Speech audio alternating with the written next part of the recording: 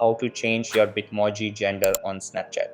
Hey guys, in this video, I'll guide you through how to change your Bitmoji gender on Snapchat. Alright, so let's begin. So, in order to change your Bitmoji gender on Snapchat, what you have to do is first open up Snapchat on your mobile and make sure it is updated to the latest version available.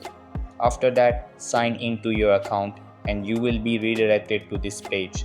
Over here, you have to tap on your profile icon, which is at the top left corner of your screen. Then tap on this setting icon. Then tap on Bitmoji. Over here, you have to tap unlink my Bitmoji. Then tap on remove. After that, just tap on create my avatar and change the gender of your Bitmoji. So that's basically how you can change your Bitmoji gender on Snapchat. I hope you like this video. Subscribe to my channel for more content and I will see you in the next video. Thanks.